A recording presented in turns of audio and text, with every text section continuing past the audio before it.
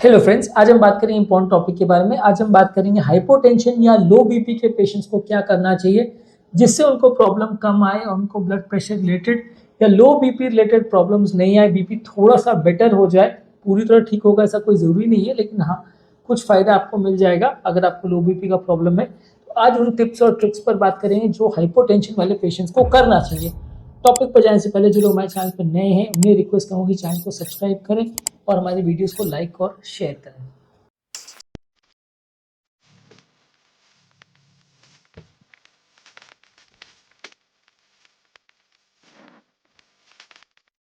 सबसे पहला और सबसे इम्पोर्टेंट टिप जो हर बार हर हाइपोटेंशन रिलेटेड वीडियोस में हर बार व्यक्ति आपको बताता होगा, ज़रूरी है कि आप पानी ज़्यादा मात्रा में पीजिए। पानी बहुत ज़्यादा इंपॉर्टेंट है। बहुत सारे पेशेंट जिनको बीपी कम होता है वो उसमें कारण डिहाइड्रेशन होता है। ब्लड प्रेशर कम होने के लिए डिहाइड्रेशन एक बहुत इंपॉर्टेंट रीज़न है। हाइपोवॉलेमिक शॉक एक बहुत कॉमन कारण है जिसकी में डिहाइड्रेशन रिलेटेड ही लोगों को शॉक हो जाता है, बीपी इतना कम हो जाता है कि जान भी जा सकती है। तो अगर आपको लो बीपी रह रहा है या बेसलाइन अगर लो बीपी किसी भी कारण से रह रहा है तो पानी आपको ज़्यादा लेना है और उसमें सादा पानी पर ही ज़्यादा फोकस कीजिए। सोडा या बेवरेजेस या चाय वगैरह बहुत ज़्यादा नहीं, पानी पर ही ज़्यादा फोकस कीजिए। उसी को सादा पानी को ही ज़्यादा ले, सिंपल वाटर, स्पार्कलिंग नहीं, सिंपल वाटर की बात कर रहा हूँ, वो ही ज़्यादा ले तो अच्छा है। ओवरऑल आपका बीपी रिलेटेड प्रॉब्लम काफ़ी हद तक कम हो जाएगा। नेक्स्ट है कि आपका नमक इंटेक बढ़ाइए। ये दूसरा मोस्ट इंपॉर्टेंट चीज़ है कि बॉडी में जब आप एक्स्ट्रा नमक लेते हो तो वो पानी को रिटेन करता है, बॉडी में पानी को ऑब्जॉर्व करता है, जिसकी वजह से अगर डिहाइड्रेशन भी है तो भी मदद करेगा। पर हाँ, सिर्फ नमक लेना है वैसा नहीं है, नमक और पानी दोनों ज़्यादा मात्रा में लेंगे तो ज़्यादा हेल्दी रहेगा। खाने पीने में भी आप नमक को बढ़ा दीजिए। एक्स्ट्रा नमक डाल के कोई ड्रिंक्स भी ले सकते हैं या नमक पानी का घोल नींबू डाल के या थोड़ा बहुत शुगर डाल के भी आप ले सकते हो। तो शुगर का तो खैर इसमें कोई रोल नहीं है, लेकिन अगर आप नमक को ज़्यादा मात्रा में ले, किसी भी फॉर्म में ले, सिंपल नमक की बात करो, सेंधा नमक वगैरह जो लोग ले रहे हैं उनको डेफिनेटली लो बीपी होगा, क्योंकि सोडियम के बदले अगर आप पोटेशियम सॉल्ट लेते हो तो वो बीपी को कम करता है। तो सिंपल सॉल्ट ही लेना है, नॉर्मल नमक ही लेना है, ज़्यादा मात्रा में लेना है अगर आपको लो बीपी का प्रॉब्लम है तो। और सेंधा नमक या लो सोडियम सॉल्ट या सोडियम के जो डेरिवेटिव्स है सॉल्ट के, उनको नहीं लेना है। नेक्स्ट है कि अगर बहुत ज़्यादा लो बीपी का अगर प्रॉब्लम रह रहा है और किसी को वास्तव में अगर चक्कर आ रहे हैं और वो कंट्रोल नहीं हो रहा है तो पाँव में कंप्रेशन स्टॉकिंग्स पहनने चाहिए। ये हाई टाइट मोजे जैसे रहते हैं जिनको आप पाँव में बांधते हो, ऑलमोस्ट घुटनों के ऊपर तक आते हैं और ये पाँव की नसों को कंप्रेस करते हैं, जिसकी वजह से थोड़ा पाँव में जो ब्लड भर जाता है, जो खड़े होने पर जिसकी वजह से हमें चक्कर आता है, वो पाँव में जो ब्लड इकट्ठा हो जाता है उसको एक तरह से पुश करते हैं और हार्ट की तरफ धक्का देते हैं, ताकि आपको बहुत ज़्यादा लो बीपी नहीं हो। और खासकर जब बैठे से उठने में आपको या कोई काम कर रहे हो तो चक्कर ना आए, उसमें ये आपकी मदद करता है। तो जो लोग को भी लो बीपी का प्रॉब्लम है उनको कंप्रेशन स्टॉकिंग्स अगर ज़्यादा ज़रूरत है तो पहन सकते हैं।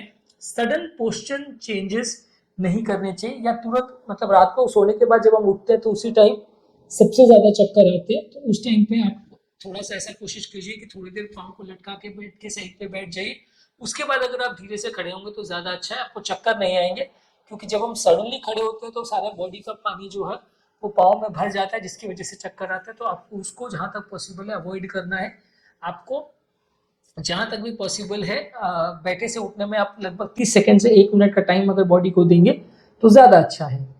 नेक्स्ट है कि अल्कोहल नहीं लेना चाहिए। अल्कोहल शरीर के नसों को डायलेट करता है, ब्लड प्रेशर को कुछ हद तक लो करता है, हालांकि ये ब्लड प्रेशर बढ़ा भी सकता है, तो इसलिए हाई बीपी और लो बीपी दोनों वाले पेशेंट्स को ही अल्कोहल नहीं लेना चाहिए। ये बॉडी के ब्लड प्रेशर सिस्टम को और ऑटोनॉमिक सिस्टम को एक तरह से खराब करता है। नेक्स्ट है कि छोटे छोटे और फ्रीक्वेंट मील्स लीजिए, छोटी छोटी मात्रा में बार बार खाना अगर खाइए तो ज़्यादा अच्छा है। बॉडी का शुगर लेवल्स अगर फ्लक्चुएट करता है तो भी लोग को चक्कर आ सकता है। तो खाने में आप ये चीज़ का ध्यान रखिए कि आपको जो खाना आप ले रहे हो वो बार बार छोटी मात्रा में लेना है, शुगर लेवल्स बहुत ज़्यादा ऊपर नीचे ना हो, हर 2 घंटे में थोड़ा थोड़ा खाते रहिए तो ज़्यादा अच्छा है। नेक्स्ट है कि रेगुलरली एक्सरसाइज कीजिए, इससे बॉडी का मसल टोन इंप्रूव होगा। भागने का, दौड़ने का, मेहनत करने का, जो भी आप काम करोगे इससे आपका बॉडी का मसल टोन इंप्रूव होगा, आप ज़्यादा इफिशिएंटली हाइपोटेंशन को मैनेज कर पाओगे। तो अगर आपको लो बीपी का प्रॉब्लम है तो आपको रेगुलर बेस पे एक्सरसाइज करना है, लेकिन बहुत ओवर विग्रेस एक्सरसाइज नहीं करना है, नहीं तो बॉडी डिहाइड्रेट हो गई और ब्लड प्रेशर लो भी हो सकता है। तो बहुत ज़्यादा अगर पसीना आ रहा है तो वहाँ पे आपको थोड़ा रिस्ट्रिक्ट करना है, लेकिन ओवरऑल आपको रेगुलर एक्सरसाइज करेंगे और आधा घंटा 1 घंटा डेली एक्सरसाइज करेंगे तो लो बीपी के प्रॉब्लम में आपको फ़ायदा होगा। रात को सोते समय पाँव को थोड़ा सा उठा के अगर सोएंगे तो ज़्यादा अच्छा है। सिरहाने को थोड़ा नीचे करके और पाँव को थोड़ा ऊपर करके सोएंगे तो ज़्यादा अच्छा है। उससे क्या है, पाँव में ग्रेविटेशनल फोर्स की वजह से जो ब्लड भर गया है वो सर की तरफ आने लगता है, तो इससे आपका लो बीपी का प्रॉब्लम कुछ हद तक मैनेज हो सकता है। तो जिन लोगों को भी लो बीपी का तकलीफ है उनको रात को सोते समय पाँव को थोड़ा ऊपर उठा के सोना चाहिए। नेक्स्ट है कि बहुत ज़्यादा गर्म पानी में स्नान नहीं करना चाहिए। बहुत ज़्यादा गर्म पानी के शावर्स या स्नान जो लोग करते हैं उनका वैसोडाइलेशन की वजह से थोड़ा सा चक्कर आने का चांस उनको बढ़ जाता है। इससे आपके ब्लड प्रेशर थोड़ा कम हो जाता है, नलियाँ थोड़ी डायलेट हो जाती है गर्म पानी के एक्सपोजर से, तो उसको जहाँ तक पॉसिबल है अवॉइड करिए।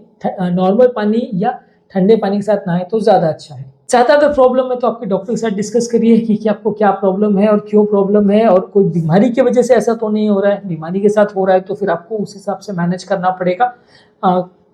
हार्ट फेलियर की वजह से अगर पानी भर गया उसमें आपको लो बीपी हो रहा है तो फिर उसका इलाज बिल्कुल आपका नमक पानी ज़्यादा लेना इलाज नहीं, उसमें तो उल्टा नुकसान होगा।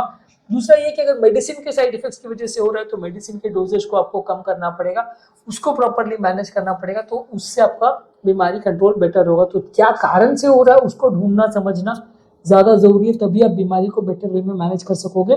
कारण को ढूंढने में डॉक्टर आपकी मदद करेगा। तो इसलिए आपको अगर इस तरह का प्रॉब्लम है और बार बार रह रहा है तो डॉक्टर के साथ मिलिए। एक आध बार अगर लो बीपी हो गया तो चलेगा, कंटिन्यूसली रह रहा है डॉक्टर से मिलिए। नेक्स्ट है कि लंबे समय तक बहुत खड़े रहने का या बैठने की कोशिश मत कीजिए। लंबे समय तक अगर आप खड़े रहेंगे तो आपका पाँव में ब्लड भर जाएगा, जिसकी वजह से आपको चक्कर ज़्यादा आएंगे, बीपी ज़्यादा लो हो जाएगा। तो अगर आपको लो बीपी का प्रॉब्लम है तो ज़्यादा देर तक कहीं पे भी खड़े मत रहिए या बहुत ज़्यादा देर तक बैठिए मत, इसमें आपका बीपी कम हो सकता है, चक्कर आ सकते हैं।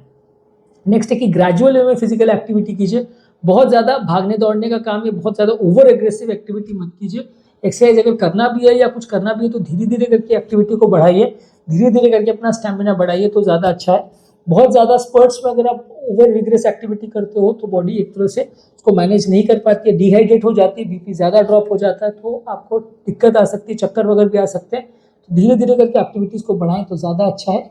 एक्सट्रीम टेम्परेचर्स में काम मत कीजिए, बहुत ज़्यादा गर्मी के एक्सपोजर में मत रहिए, क्योंकि वैसे में पानी और ज़्यादा लॉस होता है बॉडी का, बीपी कम होता है, नलियाँ डायलेट होती है।